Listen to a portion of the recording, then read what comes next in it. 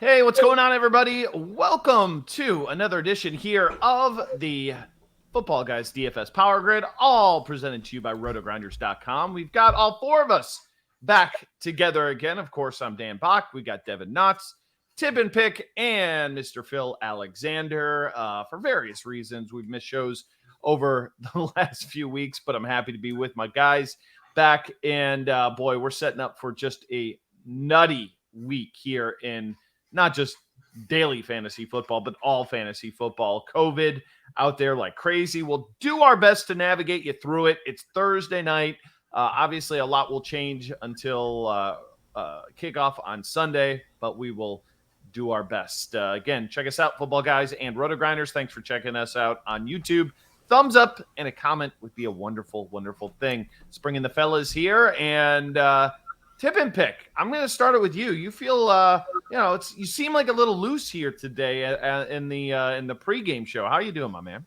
I'm doing well. I'm on vacation from work, end of year vacation, so a little more time to prepare. And Lord knows I needed it coming into the night. There's a lot going on in the world of COVID and injuries. Week 15, it's all coming together, and feeling good about vacation.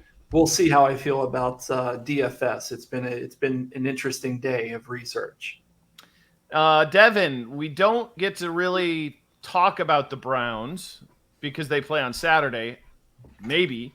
But just your thoughts on that game here real quick for the people who are catching this show here on Friday or Saturday before the actual game.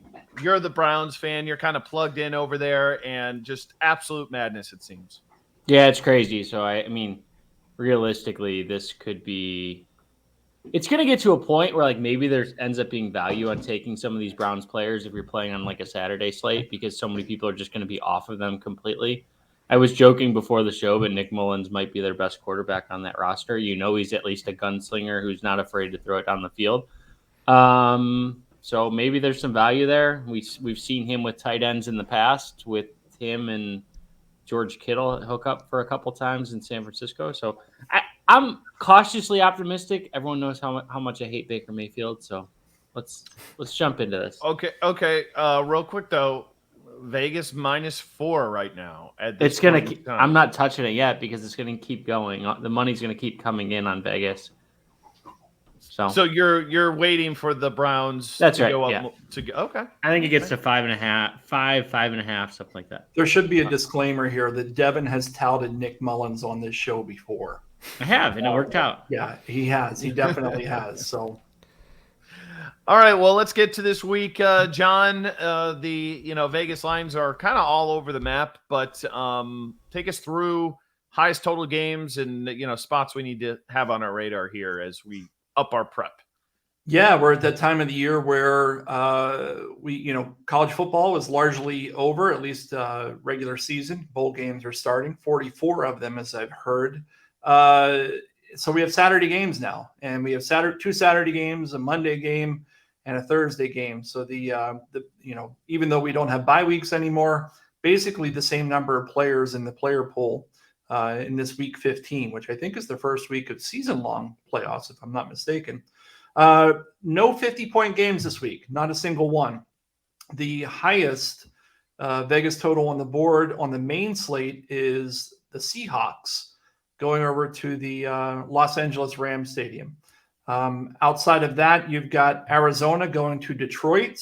And wait.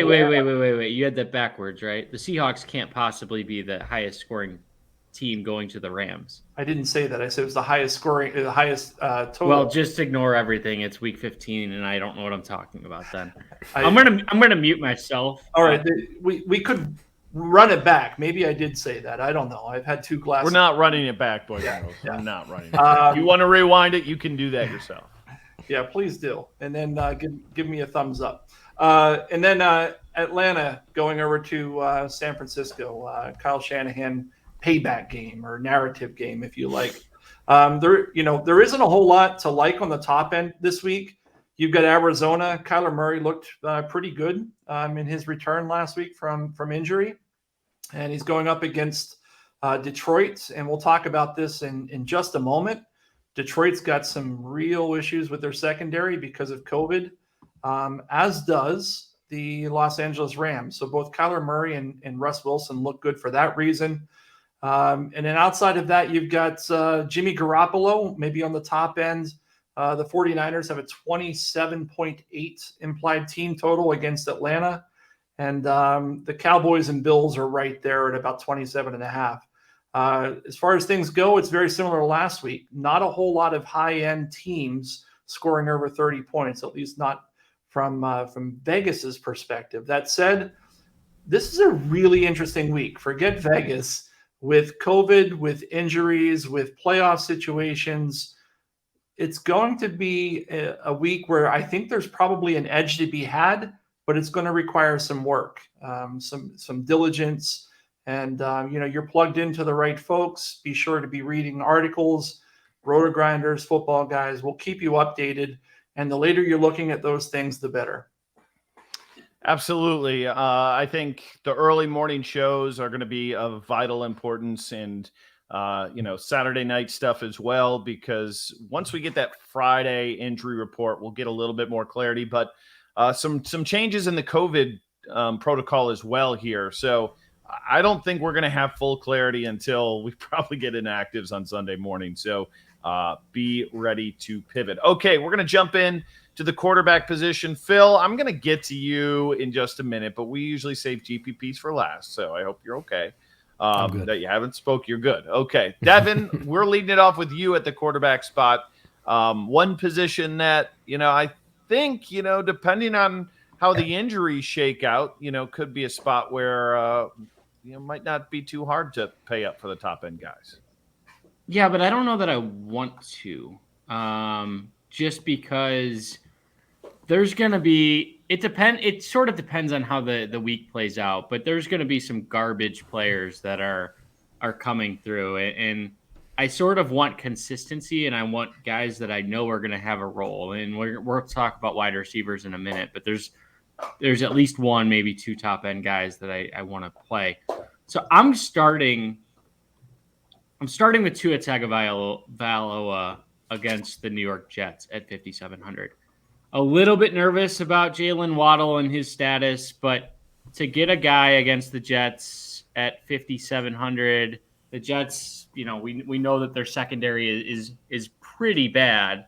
And, Tua, he's been hot or cold this year. I know that John loves him and plays him nearly every week, but the Jets are allowing 270 yards passing per game.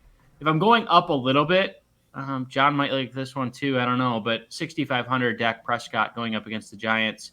I think that he's pretty safe. The Giants have been pretty good against the run. They've been horrendous against the pass. I think they're only allowing like 95 yards rushing to running backs this season, which is a little bit better than I thought they would be. So Dak has these games where he's going to break out, and it seems like he hasn't been there recently. I know they've had a bunch of injuries and a bunch of issues through their wide receiving core, but they need to get right here quickly as they head into the playoffs. Yeah, and Phil, where do you land on Kyler Murray here? This is a game on the road against Detroit, highest implied team total of 30 points, but also, a potential situation where it's blowout city and we don't get either fourth quarter work or it's just running down the clock. What's your thoughts on Murray for tournaments against this, Detroit team that's absolutely dreadful? I'm going to have a piece of Kyler Murray for sure. I mean, just from the standpoint of, out of the corner of my eye, I'm watching Patrick Mahomes and Justin Herbert. They're not on this slate. Tom Brady and Taysom Hill are not on this slate. Josh Allen is banged up. I don't know how many people are going to move in his direction until we know what's going on with his sprained foot. You got Lamar Jackson with a sprained ankle. So where do you get the ceiling from quarterback? And Kyler Murray is the one guy that does stand out and can deliver that ceiling that could win you a tournament. That being said, did anybody else notice towards the end of that game, what was that, Monday night that they played, that he was kind of limping around a little bit towards the end? Yeah, he hasn't been running nearly as much as he was. But yeah, he definitely walked off the field really slow at the end of that game. Yeah, he was looking kind of ginger. So I wonder if that ankle sprain that he was dealing with, if he's completely over that, does make you wonder. But yeah, I like Murray just fine in tournaments. I think that's probably going to be the decision that people are faced with, right? Do you pay up to Murray or do you drop down to Tua? And Tua, even though he's playing really well in tournaments, he's a pretty easy fade for me because, where does RotoGrinders have him projected, Dan? He is. I'm looking at about 14%. They've got him as the chalk, but not much. Like right around Kyler. Something tells me it's going to pick up steam the more people listen to shows like this, and if he ends up much higher than 10 to 12, I'm probably coming in with about half the field in tournaments. You know, he is missing Waddle, who's his most trusted weapon, and that game total is 41.5. I mean, like a 13-0 Dolphins win would not surprise me. Yeah. I think Tua is definitely going to get a lot of momentum because he's under 6K. It's going to allow people to, if they want to play Cooper Kupp this week, assuming he's still viable come Sunday, he's an avenue to kind of get there. John, you mentioned Russell. Well, you mentioned Seattle. They get the Rams, and the Rams are, 25 plus COVID. Their defense is, a big part of that. But we also saw that Tyler Lockett was put on the COVID list this week. So Lockett's been Wilson's main guy. I mean, right now I'm seeing implied total under 20. You're not seriously considering Russell Wilson this week, are you? In tournaments, I absolutely am. Are we talking about tournaments or cash? We can go either way is fine. I mean, you're not playing him in cash. I think that's no. I think in cash games, the two quarterbacks I'm looking at have been talked about, and that's Tua and Kyler. Kyler, they get the highest implied team total on the board. He's missing DeAndre Hopkins, which can be construed as negative, but they've got plenty of receivers there. Some questions at running back that we'll talk about, and Chase Edmonds might be the lead running back in Arizona this week, and we know that he likes to catch the ball out of the backfield, and obviously Kyler does his thing. So if you're going to spend up, and typically I'm the guy who says spend down, it's Kyler. If you're spending down, it's Tua. But as far as Russ Wilson goes, his price is really low. I mean, we're talking about an elite quarterback. He's 64. Not that low. That's not that low. That's not that low. 64. And he's not that elite either. Yeah, 64 is like Dak Prescott's 100 more. Well, I mean, do you think that Dak is a better quarterback than Russ? Yes. Okay. Yeah, he's got better receivers. He's got better weapons. I'll give you that. I mean, the problem is Lockett might miss, DK Metcalf, Freddie Swain. They're all very questionable this week. Well, I mean, that's one of the reasons I kind of like him is that nobody's going to be on those guys. We've talked about this on the show. A lot of my quarterback exposure is driven by the wide receivers that I like, and there are three wide receivers for Seattle who are questionable. D. Eskridge, who are the other ones? Not Swain. Metcalf. Metcalf he should play, and obviously Lockett is out. But somebody's going to step up here. I even put it in our backroom show sheet that Penny Hart. Let's not talk about Penny Hart, but Penny Hart is a name that by Sunday morning could be viable. John, you're getting in Ryan Hester territory. Let's move on. I'm about to mute you. But Metcalf, Swain, and D. Eskridge are all questionable as of Thursday night. But let's not forget, and this is in a bit of the pre-read. The Rams have 7 defensive backs who are likely to miss this week. I mean, I don't know where they're pulling the rest of their defensive backs from, but this could be, a spot for Russ Wilson to return. And we know DK Metcalf. Nobody likes him right now. I think Devin talked about it last week. that ever since there was this, well, we won't talk about, we'll keep it PG, but ever since there was this blow up with DK Metcalf a month ago, he's done nothing. And without Tyler there to steal that look, maybe it's DK Metcalf and Russ Wilson, and everybody's overlooking it simply because of recency bias. John also thought the Seahawks were the highest projected total team to begin this show, so his notes are all jacked up. I think I can't wait to play it back. So there's one cheapie I gotta throw out there, and he has been so dreadful this week. But we've got the Urban Meyer narrative. We got the Houston Texans. We've got a team total of 22. I don't know if they've scored 22 points all year long. Phil, we could play some Trevor Lawrence, can't we, my man? Yeah, you might even say that the stink of Urban Meyer's fingers are off the Jaguars. Sorry. Now I have to edit. Great. Oh, that wasn't that bad. That's the weekend. That was like a double entendre, I could get away with that one. Yeah. Yeah. I mean, listen, I'm not one for narratives much, but by all accounts, Urban Meyer was a tyrant, and if there were ever a spot for the old, ding dong, the witch is dead, bounce back, I would think that it's this week with this Jaguars team really inspired to show the world that it was Urban Meyer and his draconian regime holding them back. I actually think Darrell Bevell is a decent coordinator. I mean, he's no star maker, but I'll tell you what, in his history, he's been able to unlock downfield passing games at a couple of stops. I mean, granted, Russell Wilson in Seattle throws an accurate deep ball. That helps. But when he first got to Detroit, I remember he really changed the offense there and had Matthew Stafford looking good as a deep ball passer for the first time in a while. It's just to say that, I don't think Laviska Shenault is going to get nothing but 4-yard targets this week.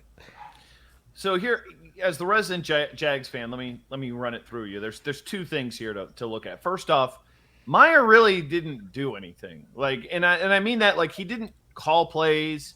He didn't really.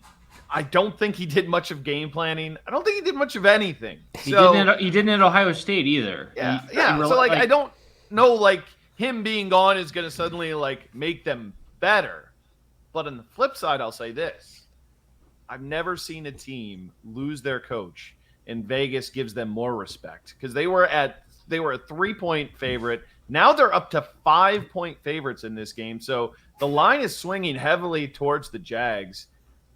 I think this might be the week to do it. I think this might be the week in mass multi-entry to throw some Trevor Lawrence, James O'Shaughnessy type stacks, and then get all you want. And John, I know you're smiling at the thought of me touting James O'Shaughnessy. All right, we ran long on quarterbacks, so we got to keep going. But if you're playing cash games, it should probably be Kyler Murray near the top, or maybe Tua if you're looking in the mid-range. Okay, running backs. We'll start with tip and pick. What we got here? What are we looking for at running back this week? Yeah, I mean, before the show, we were kind of just talking a little bit, not doing too much, but talking about how there's not a lot of value, despite everything that we talked about this evening with regards to COVID and injuries and late season and this and that. There's not a lot of value. So at least where DraftKings is concerned, they've done a great job of pricing players and their backups. And I think the one place they missed, to dovetail in with Dan's mantra here, James Robinson. He's the guy that this week I'm more than likely going to have more of J-Rob than any player in the Week 15 slate. He's the guy I want in cash, and as long as he's not overly rostered, we'll see about that. I'm going to play him in tournaments as well. As of tonight, I've got him at 27% likely to reach GPP odds, which is nearly double the next closest running back. The other running backs I'm considering for cash, are Najee Harris at 7,800. I don't know if I'm going there. I think I'd rather spend up on Cooper Kupp at 9K. We'll talk about wide receivers in a moment. Still some questions. What's going to happen in San Francisco? They've obviously got a great matchup against Atlanta. But if Eli Mitchell comes back, he's going to be a popular player for cash games at 6,200. And then we talked about this before the show as well. Phil, I agree with you. I think if Chase Edmonds is active this week, he could be one of the better plays, not only in cash games, but also in GPPs at 5,100 against Detroit, with James Conner likely not to play. Love that call. If Conner's out and Edmonds is in against Detroit, that's a total smash spot right there. That's almost a plug and play if that scenario plays out just like that. Devin, any more thoughts from you on cash and then going to GPP a little? John must have missed the news that Darrell Henderson's on the COVID list because Sony Michel's the top play this week, going up against Seattle. He be coming off though? It's been like 2 weeks he's been on the COVID list. Yeah, he's still on it, and it seems like he's not going to come off. He's been on for as of today, I think he's been on for 7 days. So I'll look at this. You go ahead and talk. Yeah, we look it up. But the latest that I'm seeing is that he's still likely not going to play. And if I'm wrong on that, it wouldn't be the first time that I'm wrong. So go ahead and correct me. But Sony Michel is the top guy if Henderson is out this week.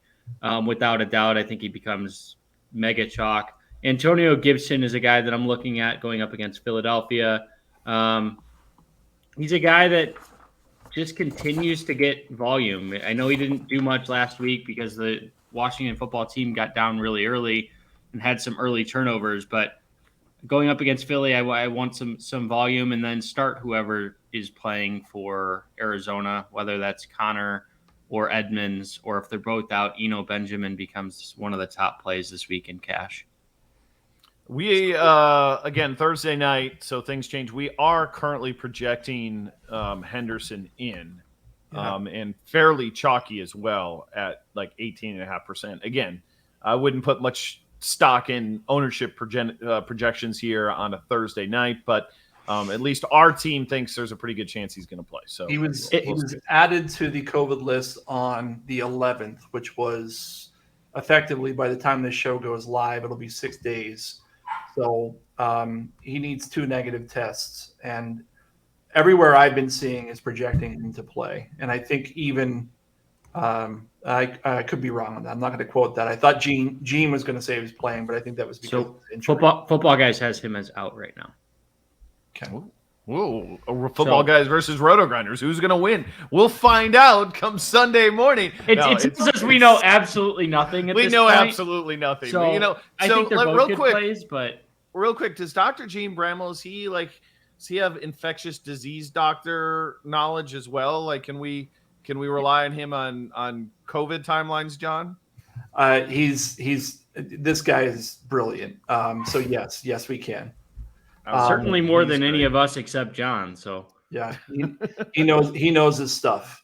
The problem is with COVID, you could be out 3 days, you could be out like a month. Who knows? So I don't know. I'll still never forget texting John in, I want to say it was like February. I was like, what do you think of this COVID stuff? You're the scientist. And here we are many years later, and it's still affecting all of our lives, and certainly lots of fantasy football news here. Phil, I had my different tab up, so I heard you ruffle a Black-Eyed Joe, but I didn't see which one it was. So what did Devin say that you either agreed with or disagreed with, and then go on some more tournament running backs for us? Sure. The Black-Eyed Joe ruffling was on Antonio Gibson, last week's busted chalk. I think we're going to get at least a slight ownership discount on him this week because of that. And I think for all the reasons Devin mentioned, he is a good play. It does look like J.D. McKissic is unlikely. He was held out of practice on Thursday, still with the concussion. That's not a good sign. And in McKissic's absence, Gibson has run routes on 67 and 64% of the team's dropbacks. I just feel like he's got a multi-touchdown game bubbling underneath the surface. He's carried the ball 71 times over the last 3 games without finding the end zone. That just doesn't happen for a guy with Antonio Gibson's skill set. Overall, with running back on this slate, my notes are not very useful because the first one says that the position is not worth discussing until 11 a.m. on Sunday.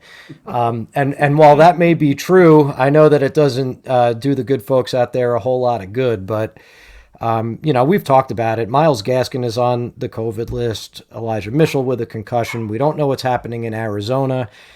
Even in Seattle, where Alex Collins went on the COVID list, freeing up more work for Rashad Penny. We also don't know what's going on with Adrian Peterson. Is he going to take that Collins role, or is it going to be all Penny? We're really talking about Seahawks running backs. Hey, look, Rashad Penny was he was a tournament winner last week. What are you going to do?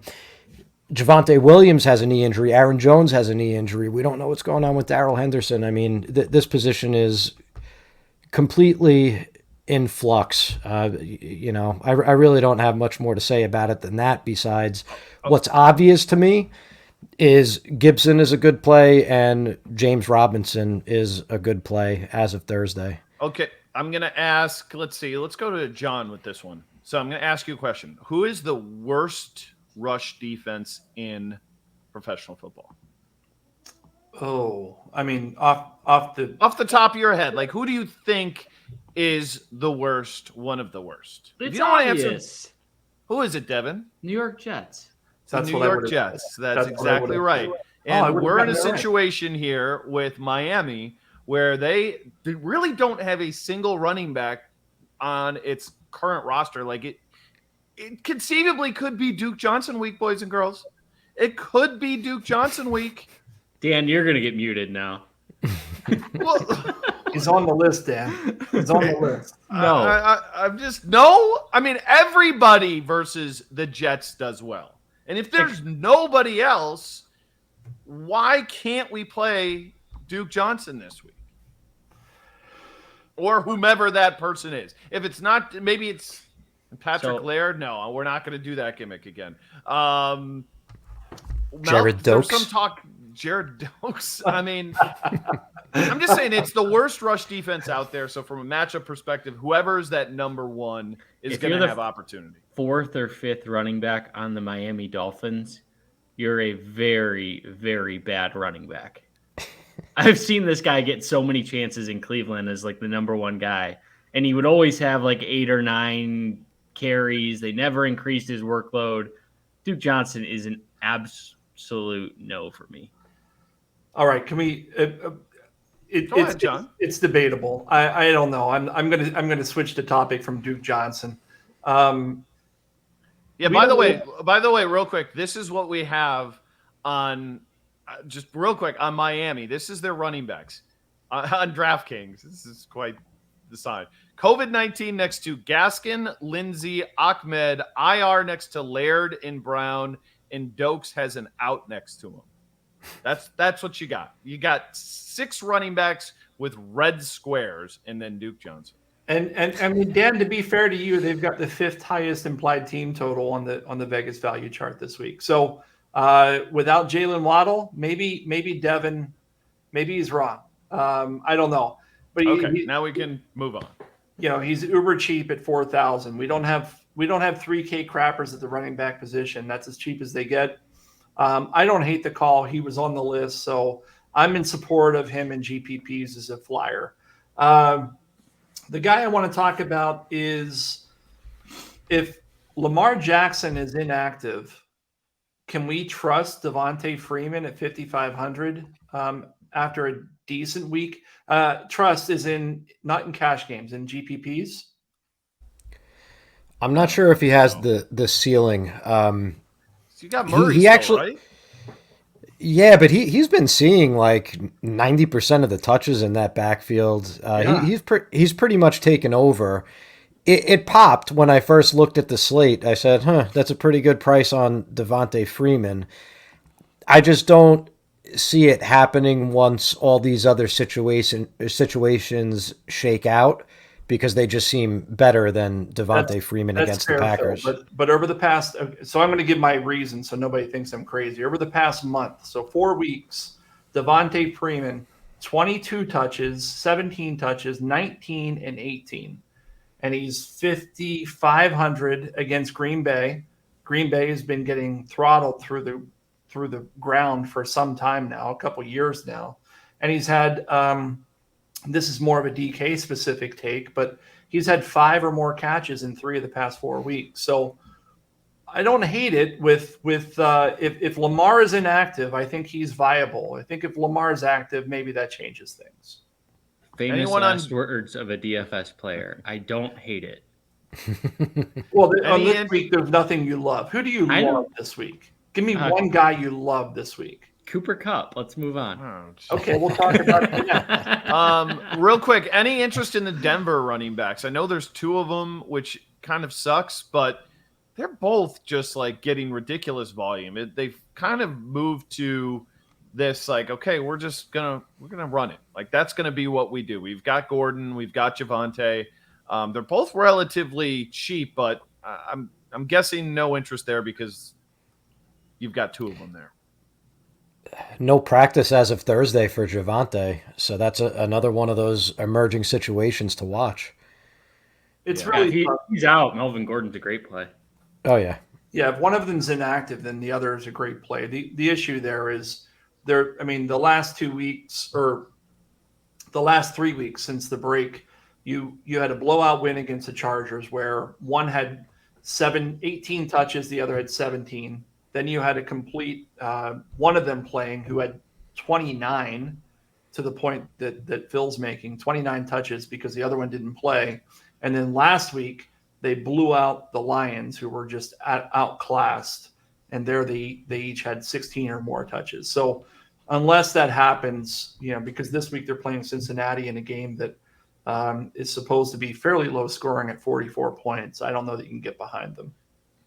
All right, let's move on to wide receiver here next. And Cooper Kupp's name's been mentioned a couple of times, and he is popping in terms of the RotoGrinders expected rostered this week at almost 30%, 27.7.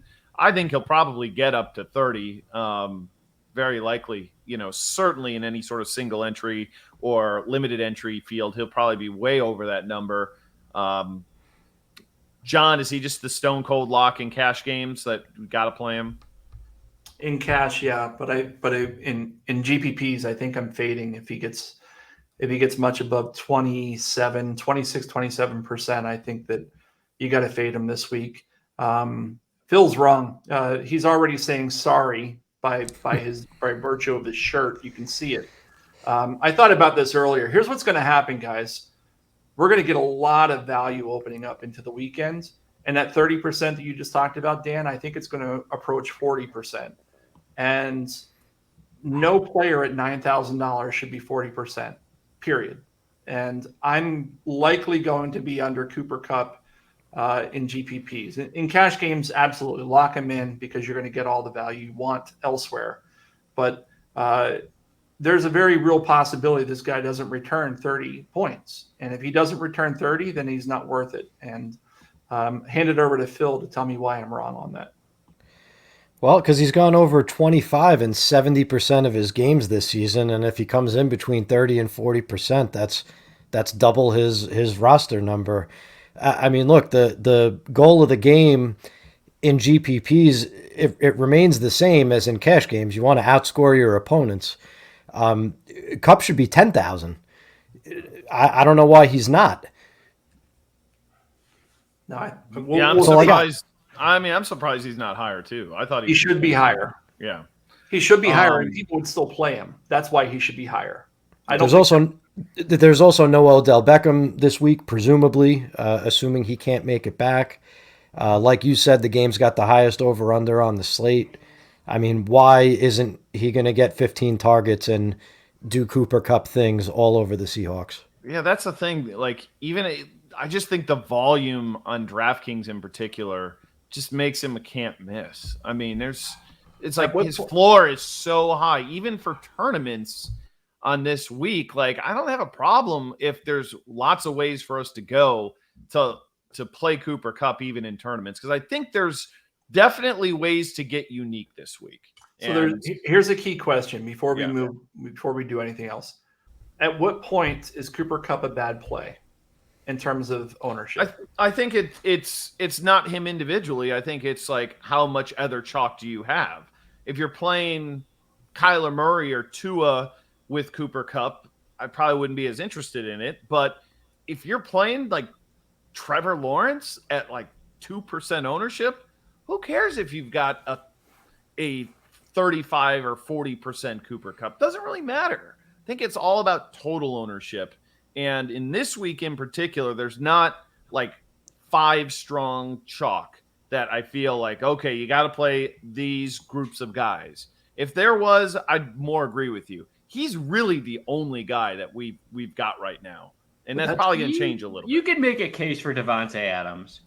Like, he's good Davante too. Adams has 4 touchdowns in his last 3 games. Like, if he gets over 40, I think you could pivot to Adams. But anything less than that, I'm taking Cooper Kupp. Play them both with Lawrence. Good. Yeah, as a matter of fact, the case for Davante Adams is a good one because it's on my list. Where do we see his roster number checking in? Probably around half of Kupp's, somewhere in that neighborhood. Less than that, about 10% to Kupp's 27. Yeah, I'm about 13, so in the same ballpark. All right. All right. I'm gonna call it 15 or 16 and go on the high side and say that is a really good pivot off of Kupp. Because everybody's going to spend the extra $100.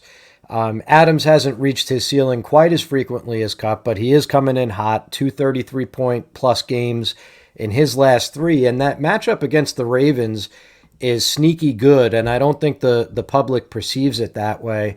They're going to be down 3 starters in the secondary, and they've allowed 4 100-plus yard receiving performances, 2 wide receivers since week 11. I think that the receiving line that Deontay Johnson dropped on them a couple weeks back, it was like 11 targets, 8 catches, 100 yards, 2 touchdowns. Very easy to see coming in this spot for Davante Adams. So I think that is a sharp tournament play, whether you're fading Kupp or, like Dan said, putting them together in a more contrarian type of construction. Yeah, I think so.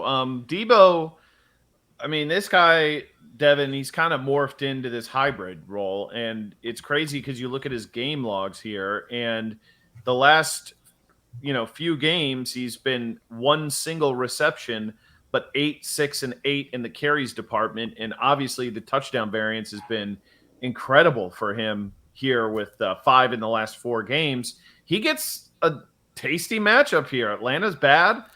Highest team total we've got on the board. Nobody's going to play Debo at that number, right? Like that's too expensive. I mean, he's not going to score touchdowns on what, like 20% of his carries, and he's not getting the receptions even for a running back. Like if a running back was getting 1 reception, that's awful. So he's just too expensive. I tend to agree. Yeah. What happened? Like I've got him in some. Give me Cordero Patterson at that point. Like I'd much rather have Patterson. Yeah, I would agree with that. At much cheaper, right? Isn't he in the 6Ks? I think. Yeah, high 6s, I think. Devin, give us some other wide receivers. Who else? So wide receivers are really going to depend on what happens this week. So in cash, if there's a 4K wide receiver, the way I'm going is I'm going Cooper Kupp, Davante Adams, Devontae Parker, and filling in the rest of my roster. I can do it by going with Tua Tagavailoa. I get back to my premise of I want players who I can trust. And I can trust Adams. I can trust Cooper Kupp. If there's not a 4K running back, and somewhere in the 4K, whether Craig Reynolds pops, if Jamal Williams is out or something like that, if there's not one of those guys, then I'm going down to – let's see who I'm going down to. I am going down to it's tough because Dan is going to like this play, and I don't know that I love it. So I'm going to I'm not going to Diggs. I'm going to Deontay Johnson, who has had 10 or more. Phil, we're getting a lot of background noise, but 10 or more 10 or more targets in like 6 or 7 straight games. So I think as a cash game play, I want targets. I want consistency. I want consistent points. Tennessee's run defense is really good. Give me Deontay Johnson in cash. Am I the only guy that felt that you just gave that pick out of spite? No, anything else. Like it really felt like, I cannot talk about Stephon Diggs. No. So let's butter up Deontay Johnson a little. No, before the show, I had Deontay Johnson, and I've been researching here in the background. I thought I convinced myself on Stephon Diggs, but I'm going back, trusting my gut. It's a very large gut, so I'm going Deontay Johnson. I hope that there's a 4K running back because I'd love to play Cooper Kupp and Davante Adams. Duke Johnson's just waiting there for you. Gabriel Davis. It looks like Emmanuel Sanders is out. He's 3,700. He's kind of popping for us early as the kind of value chalk at this position. And Devontae Parker as well, with potentially not having Jalen Waddle there. John, anybody else on your radar here that think could be a little sneaky? In terms of sneakiness, probably none of the guys you have mentioned. I would be remiss if I didn't bring up, and I actually think that Devin's going to at least agree with this. Cole Beasley this week at 4,900 against Carolina. I know he a little background information. He's probably going to test positive for COVID, but he's fine. You're right about that. If we're doing sneaky, Rondell Moore this week, I like quite a bit, especially with that questionable backfield situation there in Arizona. We've already talked about this team having the highest implied team total on the Vegas boards. He's 4,400. DeAndre Hopkins is done for the season. And probably, I'm not looking at it, but I'm guessing that's probably 10 targets that need to be redistributed across this Arizona Cardinals offense. And James Conner looks like he's unlikely to play. We're not really sure what's happening with Chase Edmonds. And we already know that Rondell Moore, they line him up in a number of different scenarios. He becomes this gadget guy, very, very much like Visca down in Jacksonville, that I think is interesting at 4,400. He's got a lot of skill. He's quick, and he's fun to watch. So I'll have a bit of Rondell Moore this week.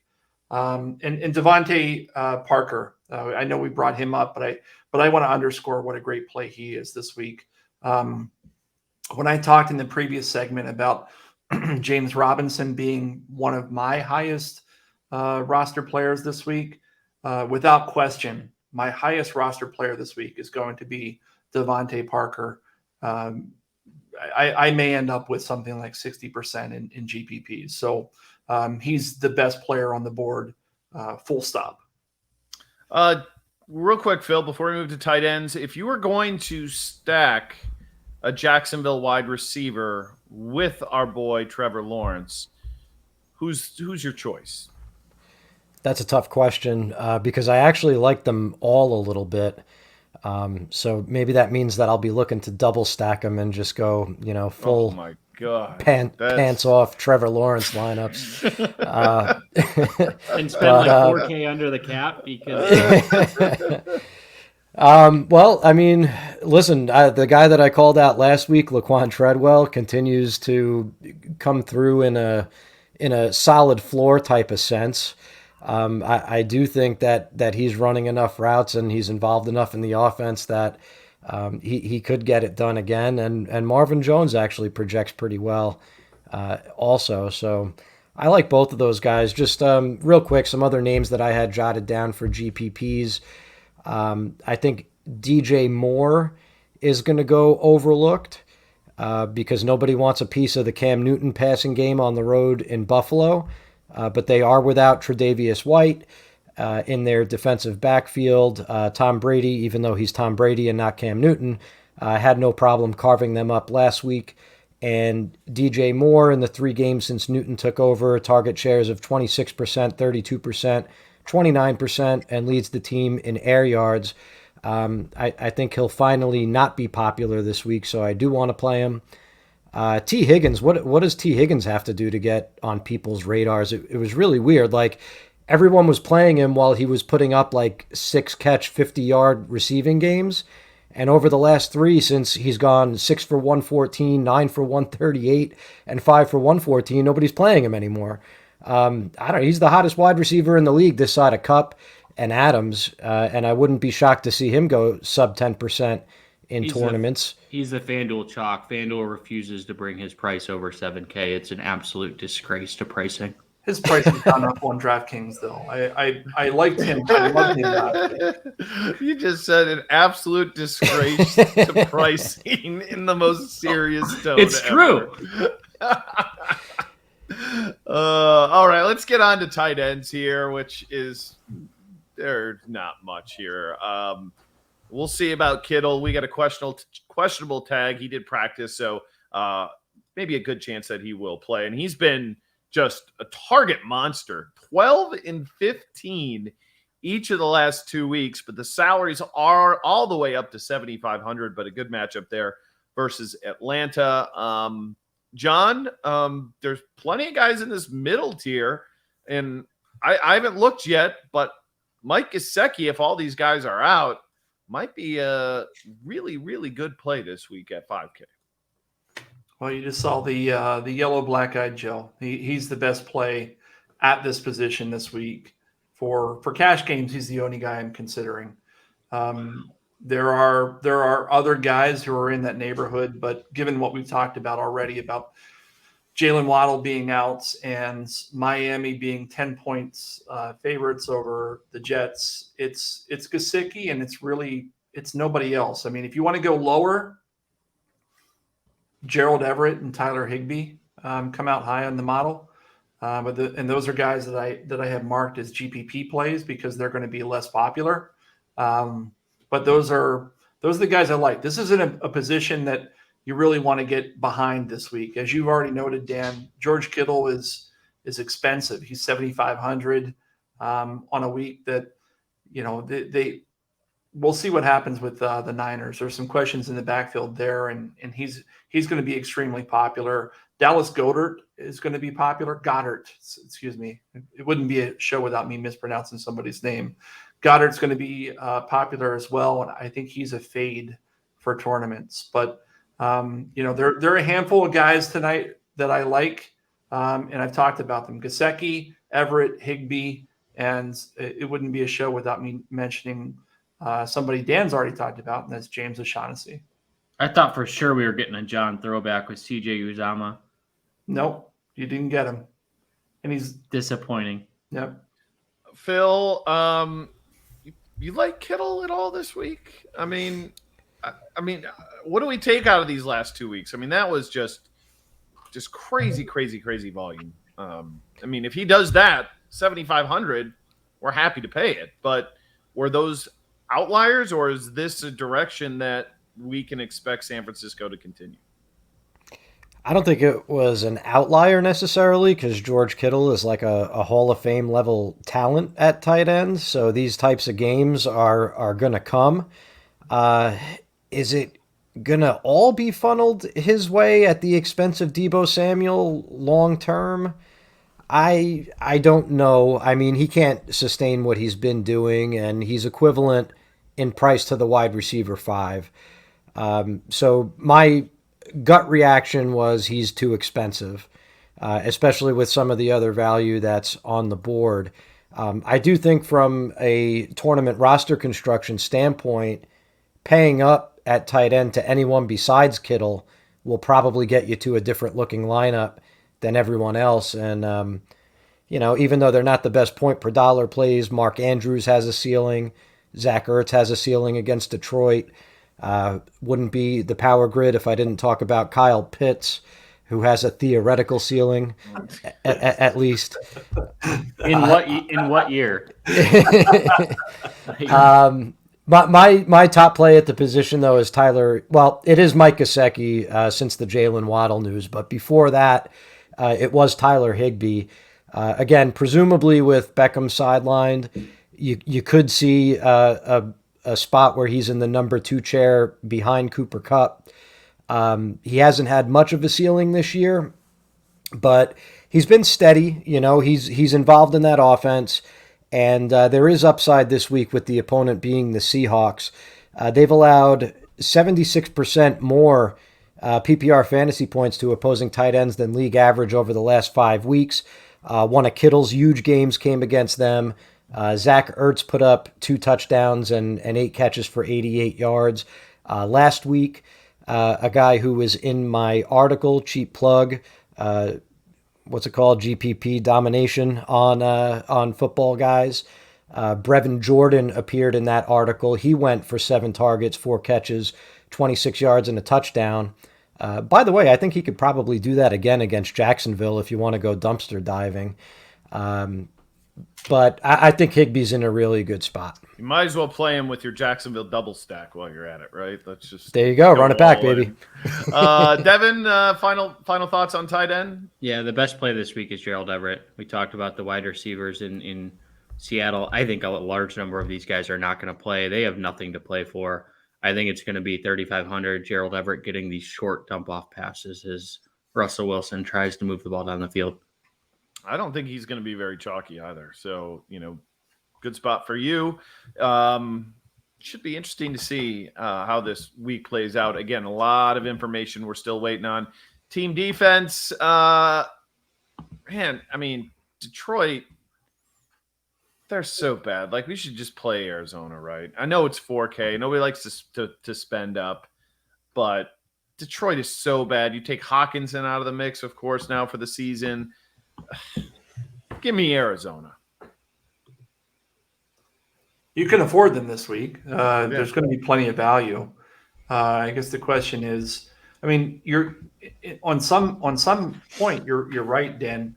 What DraftKings is doing right now, I can't speak to FanDuel, but DraftKings is raising the floor in terms of their cheapest defenses. So, you've got the Ravens, Giants, Jets at 2,500. It used to be 2K.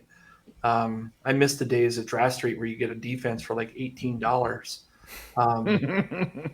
But the defense I like in cash this week are the Buffalo Bills against Carolina at 3,100. I think you can make an argument for the Jags against Houston as well at 2,800. Both are pretty cheap if you don't have that extra $1,000 to get to the Cardinals for all the reasons you've already talked about. Yeah, so let's say the Jaguars are more motivated, more inspired. Is that going to help the offensive side of the ball, or is it going to help the defensive? I tend to think it's going to help the defensive side of the ball more. They're studying film more. This Jaguars defense is not that bad.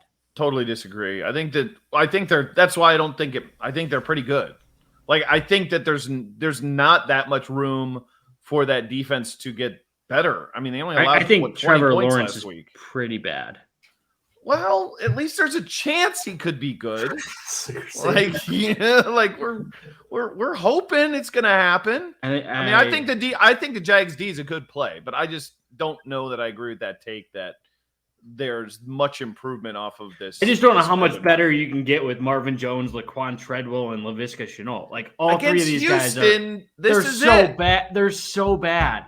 I know. They have no talent outside of James Robinson, who is a great running back, and I have no understanding why they drafted Travis Etienne, but that's a whole nother discussion. So I like the Jags as the chalk cash this week. Yeah, I think they will be chalky. I totally agree. Phil, final thoughts?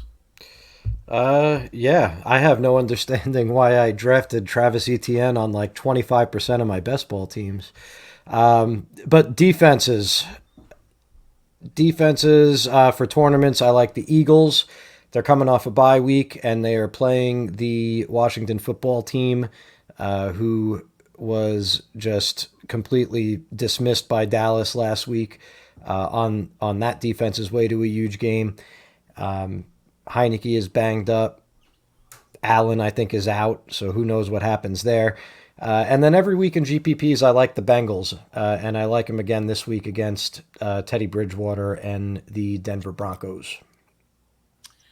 All right, boys and girls, that's going to do it for this edition here of the Power Grid. Great to be back with the guys again. We'll do it next Thursday night. Everybody stay safe out there. Obviously, COVID's going around all over the place, and it's going to affect people's lives, going to affect, obviously, fantasy football this weekend. So stay on top of the news. Sunday morning, those inactives, more important than they've probably been in the history of DFS over, the last 10 years. So stay up on top of the news. That's going to help you. But we always appreciate you guys tuning us in. Give us a thumbs up on YouTube, a review on iTunes. Until next week, for Devin and John and Phil, I'm Dan. We'll talk to you then.